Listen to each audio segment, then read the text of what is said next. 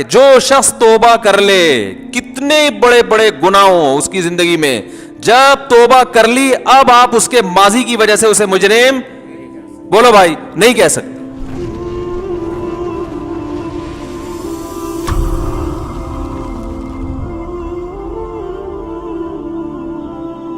ایک اہم ترین بات یاد رکھیں، یہ بہت اہم مسئلہ ہے کہ ہمارے ہاں کسی کی جو برائی ہے نا، برائی اس کو ناپنے کا وہ معیار نہیں ہے جو اللہ اس کے رسول کا معیار ہے.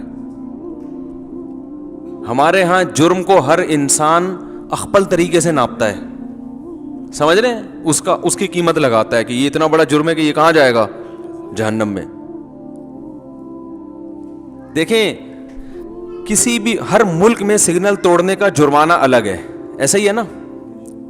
پاکستان میں اگر آپ سگنل توڑیں تو چالان الگ قسم کا ہوتا ہے، دبئی میں توڑ دیں تو بیڑا غرق ہو گیا آپ کا، امریکہ میں توڑ دیں تو الگ سزا ہے.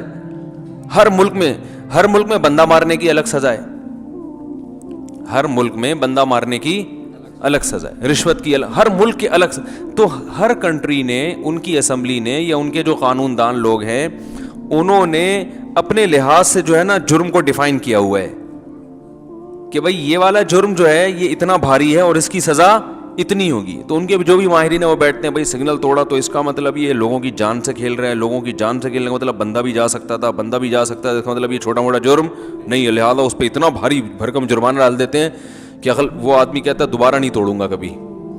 اور بعض لوگ دوسرے اسٹائل سے سوچتے ہیں کہ بھئی سگنل توڑا ہے تو بندہ تھوڑی توڑا ہے، بندے کو تھوڑی مارا ہے اور اس کی نیت بھی نہیں تھی اور مرا بھی نہیں بندہ، یا تو مر جاتا بندہ تو توڑ کے بھاگا ہے نا، تو ٹھیک ہے 50 روپے لو نکلو یہاں سے. تو یہ یعنی ہر آدمی اپنے حساب سے. تو آپ جس کی ریاست میں ہوتے ہو اس کے قانون کے حساب سے جرم کو تولتے ہیں، وہاں کے قانون کے حساب سے. تو اسی طرح یاد رکھیں یہ زمین کس کی ریاست ہے؟ اللہ کی. تو جب اللہ کی نافرمانی ہوگی تو اس جرم کو اسی حساب سے تولا جائے گا. اللہ نے اس کو کتنا بڑا جرم قرار دیا ہے، اس کو اخپل طریقے سے بولو نا بھائی نہیں تولا جائے گا، اس کو اپنے حساب سے تولا جائے گا، یعنی اللہ کے حساب سے. آپ اگر کسی کا مال چھینتے ہیں، کسی کا پیسہ چراتے ہیں، وہ 100 روپے ہیں، جرم ہے. 1 لاکھ روپے چرائے بڑا جرم. لیکن اگر آپ سگے بھائی یا سگی بہن سے اس طرح دھوکہ دیتے ہیں تو ہیں وہ لاکھ روپے، مگر اللہ کے ہاں یہ جرم بڑا ہے، دگنا جرم ہے، رشتہ داری توڑنے کا بھی اور پیسے چرانے کا بھی. حالانکہ دنیا میں سزا دونوں کی ایک جیسی ہے. کیا خیال ہے بھائی؟ ایک جیسی سزا ہے. آخرت میں ایک جیسی نہیں ہے، آخرت میں ایک جیسی نہیں ہے، کیونکہ اللہ کے ہاں رشتہ داروں کا حق عام لوگوں سے بولو بھائی زیادہ ہے. اسی طرح ایک اور اہم بات یاد رکھیں کہ جب ہم کسی کے ذاتی گناہ کی وجہ سے برا کہتے ہیں تو لبرل لوگ، جو لبرل سے میرے نام لحاظ لبرل جو بنتے ہیں، ہم بڑے فنٹر بنتے ہیں نا، لیکن کام ان کے عقل والے نہیں ہیں، یعنی شو یہ کرتے ہیں کہ ہم اپنی عقل پہ چلتے ہیں. میں نے ایک بیان میں لبرل کا بتایا تھا نا، لبرل اصل میں تو انگلش میں ایک اچھا لفظ ہے. اس لحاظ سے صحابہ کرام لبرل تھے، کیونکہ صحابہ کرام نے عقل کو فالو کیا، معاشرے کو فالو نہیں کیا. عقل نے بتایا کہ سچے نبی ہیں تو پھر انہی کے پیچھے چلو. تو اس لیے یہ لبرل کے ساتھ میں نام نہاد لبرل لگایا کروں گا، ٹھیک ہے نا، جو بنتے ہیں یا اصطلاح میں جن کو لبرل کہا جاتا ہے. تو کیا کہہ رہا تھا یار، ایک تو دماغ میرا بہت گھوم رہا، تھکاوٹ بہت ہے نا. وہ بتا تو رہا تھا یہ نہیں یہ اہم بات کیا تھی، جلدی بتاؤ، وقت کم ہے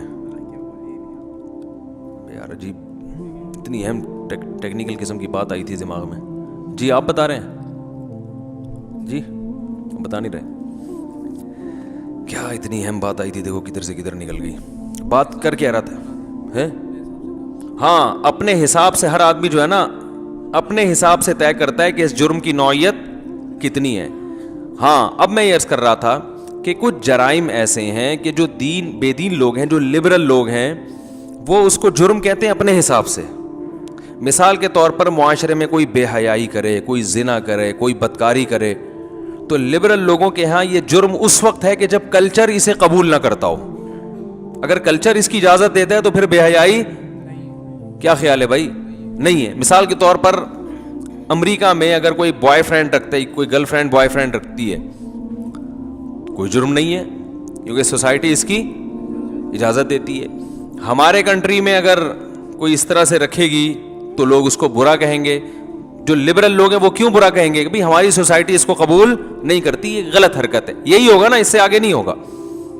تو جو سوسائٹی کو اصل سمجھتے ہیں وہ تو پھر سوسائٹی کی کسوٹی سے پرکھتے ہیں کہ اس سوسائٹی میں یہ جرم کتنا بڑا سمجھا جاتا ہے. یہ بہت اہم پوائنٹ کی بات ہے, اس کو اچھی طرح کھوپڑی میں بٹھا لو. یہ بڑے مسائل پیدا کر رہی ہے یہ چیز, نہ سمجھنے کی وجہ سے بہت فسادات ہو رہے ہیں. تو جو دین کو نہیں مانتے وہ سوسائٹی کی کسوٹی پہ پرکھتے ہیں کہ یہ جرم ہے بھی یا نہیں ہے تو کتنا بڑا ہے. سمجھ میں آ رہی ہے بات؟ ہم جو مذہب کو فالو کرتے ہیں ہم سوسائٹی کو زیادہ لفٹ نہیں کراتے, ہم اصل میں کس کو لفٹ کراتے ہیں؟ سب سے پہلے کہتے ہیں اسلام کیا کہتا ہے. تو یاد رکھو, جب اسلام کی کسوٹی پہ پرکھ کے کسی کو مجرم کہا جائے گا تو پھر جب تک اسلام اسے مجرم کہے گا کہیں گے, جب اسلام مجرم کہنے پر پابندی لگا دے گا تو آپ اس پہ کو مجرم بولو بھائی نہیں کہہ سکتے. اسی سے یہ, اور اسلام نے کیا کہا ہے کہ جو شخص توبہ کر لے, کتنے بڑے بڑے گناہ ہوں اس کی زندگی میں, جب توبہ کر لی اب آپ اس کے ماضی کی وجہ سے اسے مجرم بولو بھائی نہیں کہہ سکتے. کتنے بڑے جرائم کیے اس نے, جب توبہ کر لی تو کیا ہے, معاف. رہی یہ بات کہ سچی توبہ کی ہے یہ جھوٹی, عین ممکن ہے جھوٹی توبہ کر رہا ہو, اس کے بارے میں بھی اسلام نے بتا دیا, صاف بتا دیا کہ ہم ظاہر کے مکلف ہیں, دل چیر کے دیکھنے کے مکلف نہیں ہیں. اب میں حیران ہوتا ہوں, بہت بعض لوگوں سے ماضی میں بڑے بڑے گناہ ہوئے, زنا ہوا, ان کی تصویریں وائرل ہو گئیں, یہ ہو گیا, وہ کہہ رہے بھائی میں توبہ کر لی میں نے, لوگ معاف کرنے کے لیے تیار نہیں ہے. نہیں یہ جھوٹ ہے, یہ تو اپنے یوں کرنے کے لیے, تو یوں کرنے کے لیے, تو ایسے کرنے کے لیے, ویسے بھائی جان آپ کیسے کہہ سکتے ہو؟ آپ تو اللہ کی وجہ سے مجرم کہہ رہے ہو نا اس کو, تو اسی اللہ, وہ اللہ باپ کو مجرم کہہ رہا ہے کہ اگر تم نے اس کو تانا دیا یا اس کی توبہ میں تم نے یہ کہا کہ یہ جھوٹ ہے. یہ ابھی ماضی میں کوئی اداکارہ کے بارے میں تو سفر پہ تھا تو بہت سے لوگوں کی کالز آئیں کہ کسی کی فوش تصویریں آ گئی ہیں, وہ بیچاری رو رو کے اعلان کر رہی ہے غلط ہو گیا, یہ ہو گیا, فلانا ہو گیا, ڈمکانا ہو گیا, میں معافی چاہتی ہوں, اللہ بھی معاف کرنے والا ہے کر رہے ہیں. اور لوگ پھر بھی نیچے کمنٹس کر رہے ہیں کہ یہ جو ہے نا ایسے ہی ہے, اور اس کو چسکے لے کے پھیلا رہے ہیں ان ویڈیوز کو. میں نے وہ ویڈیوز الحمدللہ نہیں دیکھی, اس لیے کہ دیکھنا گناہ ہے ان چیزوں کا. کسی نے جب کہہ دیا کہ بھائی مجھ سے غلطی ہوئی ہے, اس کا مطلب اب وہ اس کو وائرل کرنا وہ پسند نہیں کرتا ہے, چاہے مرد ہو یا عورت ہو, وہ نہ پسند کرتا ہے نہ کرتی ہے. تو اب آپ کے لیے دیکھنا جائز. بھائی ایک آدمی کی قابل اعتراض حالت میں ویڈیو آ گئی, اس کو احساس ہوا غلط ہے, اب وہ پابندی لگا رہا ہے, تو آپ کے لیے دیکھنا جائز ہے بھائی بولو. ایک آدمی واش روم میں نہا رہا ہے, کنڈی لگانا بھول گیا, تو آپ کے لیے دروازہ کھول کے دیکھنا جائز ہے؟ اب آپ کو تم نے کنڈی کیوں نہیں لگائی, تم نے کنڈی کیوں نہیں لگائی, یا چلو جان کر نہیں لگائی کنڈی اس لیے کہ وہ بہت ہی ماڈرن تھا, وہ کہہ رہا ہے یار کنڈی منڈی کیا چھچوری حرکتیں, کنڈی لگائے گورے کی طرح نہاؤ, کہ دیکھ لیا تو کیا ہو گیا. نہاتے نہاتے اس کو توبہ کی توفیق ہوگی کہ یار اتنا بھی ماڈرن بننے کی ضرورت نہیں ہے. تو اب آپ اس کی توبہ قبول کرنے کے لیے تیار نہیں ہو. وہ کہہ رہا ہے بھائی میں توبہ کر جاؤں گا, آپ کو نہیں, میں تو دیکھوں گا, میں تو کھڑکی سے جھانک کے دیکھوں گا, میں تو روشن دان سے جھانک کے دیکھوں گا. تو اس کا مطلب اس سے پہلے تو وہ برا تھا, اب اس عمل کے بعد جب آپ اس کی ویڈیو دیکھو گے یا آپ اس کو جھانک کے دیکھو گے تو کون برا ہے؟ اب آپ برے ہو. یہ بہت بڑی مسٹیکس ہیں جو ہمارے معاشرے میں ہو رہی ہیں. لوگ دلوں کو ٹٹولنے کی کوشش کرتے ہیں, یہ سچی توبہ ہے یا جھوٹی توبہ. وہ بھائی ہمیں سچی جھوٹی میں جانے کی اجازت نہیں ہے. دیکھو کیا نبی کے دور کا واقعہ صحیح حدیث میں ملتا ہے کہ غیر مسلم مقابلے کے لیے آئے, اور جب صحابی کی تلوار ان کے گردن پہ پڑنے والی تھی نا, انہوں نے کلمہ پڑھ لیا, صحابی رسول نے گردن اڑا دی, مار قتل کر دیا انہیں.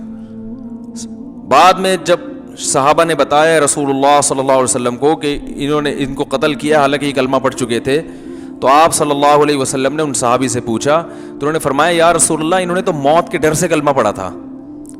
آپ صلی اللہ علیہ وسلم اتنے غضبناک ہوئے, فرمایا ہلا شققت قلبا, تم نے اس کے دل کو چیر کے کیوں نہیں دیکھا؟ دل کو چیر کے دیکھتے کہ دل سے پڑھ رہا ہے یا اوپر اوپر سے پڑھ رہا ہے، پھر فیصلہ کرتے نا. دل چیرنا تمہارے اختیار میں ہے نہیں. تم نے یہ کیسے کہہ دیا کہ موت کے ڈر سے کلمہ پڑھا ہے؟ کس قدر آپ صلی اللہ علیہ وسلم غضبناک ہوئے، بار بار یہ الفاظ دہرائے، ہلا شققت قلبا، ہلا شققت قلبا. اب دیکھو یہاں تو 99.9% انسان کا دماغ اسی طرف جاتا ہے کہ موت کے ڈر ہی سے پڑا ہے. ارے میں بھائی سوال پیدا ہوتا ہے نا کہ اتنے دنوں سے کہاں تھے بھائی، کلمہ کیوں نہیں پڑھا؟ پھر میدان جنگ جب دونوں طرف صفیں تھی اس وقت پڑھ لیتے، اور پھر جب لڑائی شروع ہوئی اس وقت پڑھ لیتے، جب تک بالکل عین اسی وقت جب میری تلوار کی زد میں آ گئے. تو بظاہر یہی لگ رہا ہے کہ موت کے ڈر سے پڑا ہے، لیکن آپ صلی اللہ علیہ وسلم نے فرمایا نا نا نا نا، ہم دل کو کاٹ کے دیکھنے کے مکلف نہیں ہیں. تو یاد رکھو کسی کے گناہ پہ چسکے نہ لیا کریں. جو چسکے لے رہے ہوتے ہیں نا، رسول اللہ صلی اللہ علیہ وسلم نے ارشاد فرمایا لا تظہر الشماتۃ لاخیک، اپنے مسلمان بھائی یا مسلمان بہن بھی اس میں داخل ہے، ان کے کسی برائی کو دیکھ کے عار نہ دلایا کرو، خوش نہ ہوا کرو. شماتہ کہتے ہیں کسی کو مصیبت میں دیکھ کے خوش ہونا. فرمایا اس بات کا بہت زیادہ امکان ہے، آگے حدیث کے مکمل الفاظ ہیں، کہ اللہ اسے اس برائی سے بچا لے اور تمہیں مبتلا کر دے. اگلا نمبر تمہارا ہوگا. پھر چسکے لے رہے ہوتے ہیں، توبہ ماننے قبول کرنے کے لیے تیار ہے ہی نہیں، ہر چیز کی تعویل. بھائی کوئی کہہ رہا ہے کہ مجھ سے گناہ ہوا تھا، اس کی تصویریں وائرل ہو گئی، بھائی میں نے توبہ کر چکا ہوں، چھوڑ چکا ہوں. تو اپریشیٹ کرنا چاہیے نا. چلیں جی ماضی میں جو ہو گیا اللہ نے آپ کو توبہ کی توفیق دی، ماشاءاللہ بہت اچھا. نا نا نا اب صاحب ایسا ہی ہے ٹھیک ہے. ابے بعد میں سب یہی بولتے ہیں، ابے سب یہی ہوتا. او بھائی اگر حقیقت میں بھی جھوٹی توبہ کی ہے، آپ کو اللہ کیا کہہ رہا ہے کہ اس کی حقیقت میں جانے کی چندہ ضرورت نہیں ہے. آپ نے یہی بولنا ہے بھائی سچی توبہ ہے، آپ نے یہی بولنا ہے. وہ اللہ جانے، وہ بندہ جانے، وہ اس کا آپس کا آخرت کا معاملہ ہے. یہ ان گناہوں کے معاملے میں جو کسی کے نجی گناہ ہوتے ہیں. ہاں حق دبایا ہوا ہے کسی کا، سمجھ رہے ہو، وہ حق بہرحال دینا پڑے گا. یہ کوئی قومی مجرم ہے، ایسے جرائم کر کے بیٹھا ہے کہ اس کو معاف کر دیا تو اس کا دوبارہ نقصان امت کو ہوگا. جیسے ڈاکو کی بھی ہمیں قرآن میں مثال ملتی ہے. ڈاکو جو ہے نا، ڈاکو، اب ایک آدمی نے درجنوں لوگوں کو قتل کر دیا اور پکڑائی میں نہیں آ رہا تھا. اب پکڑائی میں آیا تو کہہ رہے بھائی میں تو توبہ کر چکا ہوں. ہم کہتے چلے چکے، آپ ایکچولی 25-30 بندے مار دیے آپ نے، اور آپ نے کروڑوں روپے کھا لیے اور غریبوں کی زکوٰۃ بھی کھا لی. تو ہم نے جی مفتی صاحب کا بیان سنا ہے کہ جو توبہ کر لے تو اس کے ظاہر کو قبول کرنا چاہیے، تشریف لے جائیے. بلکہ توبہ کے 2 ہار بھی اس کے گلے میں ہم نے پہنا دی اور نام بھی رکھ دیا توبہ خان کہ بھئی تھپا لگ جائے کہ بھئی یہ کیا ہے. وہ کیا ہے، بڑا اچھا ملک ہے. دوبارہ 5-6 بندے مار دیے اس نے، اور یہ کیا اور وہ کیا، پھر پکڑائی میں آ گیا، پھر کہہ رہا ہے بھائی میں نے کیا کر لی ہے، توبہ کر لی ہے. تو یہ ان جرائم کے بارے میں نہیں ہے، اس لیے کہ ایسے لوگوں کو چھوڑنے میں نقصان کس کا ہے، لوگوں کا. تو یہاں کے بارے میں دوسری حدیث ہے، لا یلدغ المؤمن من جوہر مرتین، مومن ایک سوراخ سے 2 دفعہ نہیں ڈسا جاتا. یہاں عقل مندی دکھانی ہے. ایک ہے کسی کا نجی معاملہ، وہ کیا کر رہا ہے، زنا کیا اس نے، بے حیائی کی، شراب پی، اس کا نجی معاملہ ہے. اس گناہ پہ پردہ ڈالنے کا حکم ہے. اور اگر پکڑا جائے توبہ کا اعلان کرے تو توبہ کو ماننے کا حکم ہے. 100 دفعہ توبہ کرے، 100 دفعہ توڑے، 101ویں دفعہ میں توبہ کرے گا تو ہمیں پچھلے 100 کے بارے میں یہ نہیں کہہ سکتے، ہمیں اس میں بھولنا ہے.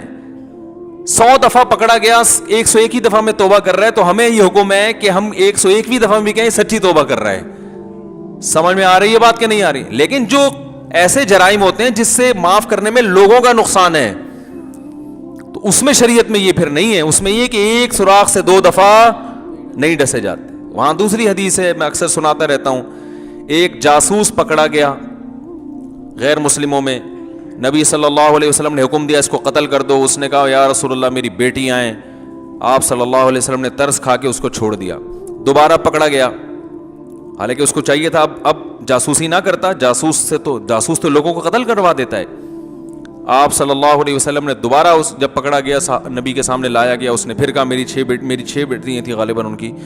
تو آپ نے فرمایا لا یلدغ المؤمن من جوہر مرتین، مومن ایک سوراخ سے 2 دفعہ نہیں ڈسا جاتا. اب نہیں، جو سیاسی لیڈر ہوتے ہیں نا جو کرپشن میں پکڑے جائیں, کرپٹ ترین ہو, وہ دوبارہ ووٹ مانگے اور کہیں میں نے کرپشن سے توبہ کر لی, بولیں بھائی ہمیں نہیں پتا آپ نے کیا کہ نہیں کیا, اللہ معاف کر دے گا, ہم دوبارہ آپ کو ووٹ دینے کی جسارت نہیں کر سکتے. بھائی ہم نے ایک دفعہ بھگت لیا ہے, ٹھیک ہے نا.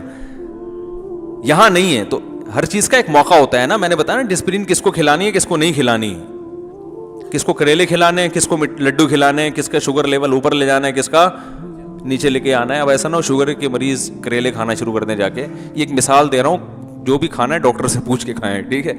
تمام دوائیں بچوں کی پہنچ سے دور رکھیں, پھر بھی آرام نہ آئے قریبی معالج سے رجوع کریں.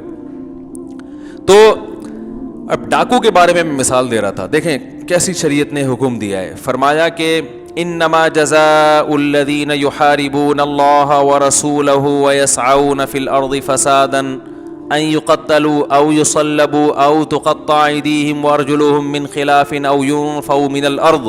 اب حدیث آیت نمبر تو میں پیش نہیں کر رہا, تو پوری آیت پڑھ رہا ہوں. او ینفوا من الارض, فرمایا کہ جو لوگ زمین میں فساد میں چاہتے ہیں کہ ان کا فساد یہی ہے. ایک ہوتا ہے چور, جس کو عربی میں سارق کہا جاتا ہے. کیا کہا جاتا ہے؟ سارق. وہ جب پکڑا جائے اور عدالت میں ثابت ہو جائے کہ اس نے چوری کی ہے تو شریعت کیا کہتی ہے؟ اس کا ہاتھ کاٹ ڈالو. وہ کہ میں توبہ کرتا ہوں, میں معافی مانگتا ہوں, بھی ٹھیک ہے آخرت میں معاف ہو جائے گا, دنیا کی سزا جاری ہوگی. کیونکہ ہم اگر ابھی آپ کو چھوڑ دیں تو پھر پتہ نہیں آپ نے دل سے کیا یا اوپر سے کی ہے. تو ایسا نہ ہو دوبارہ چوری کریں تو ہم پبلک کو آپ کی بھینٹ نہیں چڑھا سکتے, آپ کے توبہ کی بھینٹ. صحیح ہے نا, دل کا حال اللہ ہی جانتا ہے. جب تک گرفتار نہیں ہوئے تو ٹھیک ہے, پکڑے گئے ہو اور ثابت ہو گیا تو ہاتھ کٹے گا. تو چونکہ یہ ایک قوم کا مجرم ہے نا, تو اسی طرح ایک ہوتا ہے ڈاکو. چور میں اور ڈاکو میں کیا فرق ہے؟ چور چپکے سے مان لیتا ہے اور پتلی گلی کو تلاش کرتا ہے, چپکے سے بھاگوں. ڈاکو ہمیشہ چوڑی گلی سے آئے گا, وہ ایسا نہیں آئے گا یہاں سے نکلو ادھر سے لوٹے میں سے نکل کے آیا, ادھر سے لیٹرین میں دریافت ہوا, یا وہ گھر میں شادی میں گئے ہوئے ہیں تو ادھر سے چپکے سے پھلانگ کے آیا اور پھر یوں کھڑکی سے ہاتھ ڈال کے گھڑی نکل, ایسا نہیں کرتا. وہ آتا ہے بندوق لے کے. تو یہ بڑا مجرم ہوا نا, کیا خیال ہے بھائی؟ وہ آتا ہے بندوق لے کے, اس کے ساتھ لوگ ہوتے ہیں اور وہ بندے مارنے میں آر محسوس. چور تو اپنی جان بچا کے بھاگنے کی فکر میں ہوتا ہے. اس کے یعنی ایک گولی ٹرائگر جو ہے نا اس کے ہاتھ پہ ہوتا ہے, چند پیسوں کے پیچھے لوگوں کی جان لے لیتا ہے. تو ایسے لوگوں کے بارے میں اللہ نے فرمایا الا الذین تابوا من قبل ان تقدروا علیہم, ان کی بھی توبہ قبول ہے بشرطے کہ گرفتاری سے پہلے توبہ کر لیں. اگر یہ ڈاکو گرفتاری سے پہلے توبہ کر لے, اور علماء کہتے ہیں توبہ صرف زبان سے نہ کرے بلکہ اس کے عمل سے بھی لگے کہ یہ توبہ کر چکا ہے, عملی طور پر اس کے آثار ظاہر ہوں کہ بھائی اب اس کا اٹھنا بیٹھنا ڈاکوؤں میں نہیں ہے, نماز روزے کا ماشاءاللہ پہ معاشرے کے ایک شریف انسان اب لگ رہا ہے, پرانی زندگی چھوڑ دی ہے. تو بھی اللہ فرماتے ہیں کہ اس پر اب ڈاکو کی سزا نافذ نہیں ہوگی. اور ڈاکو کی سزا کیا ہے؟ ہاتھ پاؤں کاٹے جائیں, دائیں ہاتھ اور بایاں پاؤں, اور سولی پہ لٹکا دیا جائے, اور ایسی جگہ لٹکایا جائے جو پبلک پلیس ہو. اسلام میں بند کمرے میں پھانسی کا تصور نہیں ہے, یہ غیروں سے آئی ہے. اسلام میں بند کمرے میں کوئی سزا نہیں ہے, جو ہے کھلے عام ہے. سمجھ رہے ہو, اسلامی سزائیں کھلے عام ہوتی ہیں تاکہ پبلک ڈرے. بند کمرے میں اس بیچارے کے ساتھ کیا ہو رہا ہے کہ کیا پتا کسی کو, تو یہ پھانسی میں لٹکا کے اس کی زبان باہر نکل آتی ہے, اتنی شدید تکلیف ہوتی ہے, عبرت لوگوں کو نہیں ہوتی. اسلام نے کہا کھلے عام گردن اڑاؤ, تکلیف مجرم کو نہیں ہوگی, وہ تو گیا دنیا سے. کیونکہ سب سے آسان موت کیا ہے؟ گلے کی رگیں کٹ جانا. سب سے آسان موت کیا ہے؟ گلے کی رگ کٹ جانا. کیونکہ جب تلوار لگتی ہے نا تو وہ جو دماغ اور جو باڈی کا کنیکشن ہے نا وہ سب سے پہلے کٹتا ہے. جب کنیکشن ہی ختم ہو گیا تو درد کا احساس ختم. اب باڈی تڑپتی بہت ہے, بلڈ نکلتا ہے, وحشت بہت ہوتی ہے, لیکن مجرم کو تکلیف نہیں ہوتی. بس مجرم کو یہ نقصان ہوا زندگی سے محروم, لیکن پبلک کو عبرت ٹھیک ٹھاک حاصل ہوتی ہے. وہ جب دیکھتے ہیں نا سر ادھر پڑا ہوا ہے اور دھڑ ادھر تڑپ رہا ہے. وہ ایک صاحب نے سعودی عرب میں اپنی آنکھوں سے دیکھا, پہلے جب بہت زیادہ قصاص کے واقعات ہوتے تھے, اچھا خاصا صحت مند آدمی تھا, کہہ رہا ہے میں نے سعودی عرب میں ایک کی گردن اڑاتے ہوئے دیکھ لیا جلاد کو. کہہ رہا ہے 2 گھنٹے میں اپنی جگہ کھڑا ہوا کانپتا رہا ہوں, ایسے ہل رہا ہوں. تو وہ ایسی عبرت ہوتی ہے کہ قتل کی طرف لوگ نہیں جاتے, بولتے بھائی نہیں ہم نے یہ کام نہیں کرنا, یہ ہوتا ہے. جبکہ پھانسی میں دیکھ لو, کسی کو عبرت ہوتی ہے بند کمرے میں, اور اس پہ جو گزرتی ہے نا جس کو پھانسی دی جاتی ہے وہ وہی جانتا ہے. اتنی شدید, کیونکہ گلا گھونٹ کے مارنا, کافی دیر تک وہ پھندے پہ لٹک کے تڑپتا رہتا ہے, اس کی آنکھوں کی پتلیاں ابل آتی ہیں, اس کی زبان لٹک کے باہر آ جاتی ہے. اور بعض دفعہ ایسے واقعات بھی ہوئے ہیں کہ جب پھندے سے اتارا تو اس میں جان تھی, مرا نہیں تھا ابھی تک تکلیف میں تھا وہ. تو کون سا قانون اچھا ہے, انگریز کا اچھا ہے یا اسلام کا اچھا ہے؟ بھئی اب اس کو سزا کیوں دی جا رہی ہے؟ تاکہ لوگوں کو عبرت ہو. تو اسی طرح اسلام نے جو کھلے عام ڈکیتیاں کرتے ہیں نا, قتل کرتے ہیں, لوگوں کا مال لوٹتے ہیں, تو اللہ نے ان کی جو قرآن میں سزا بیان کی, میں قرآن اس لیے کر رہا ہوں کہ یہ ایسی نہیں ہے جس میں حنفی شافی اہل حدیث کا اختلاف ہو. ہمارے یہاں جو لبرل لوگ ہیں نا, جب اسلامی قانون کی بات کرو تو فوراً وہ کہتے ہیں بھائی مولویوں کے تو بڑے اختلافات ہیں. بھائی یہ تو قرآن نے بیان کیا نا, اس میں تو کوئی اختلاف نہیں ہے. ایسی سزاؤں کو تو ملک میں نافذ کرنا چاہیے نا کم از کم.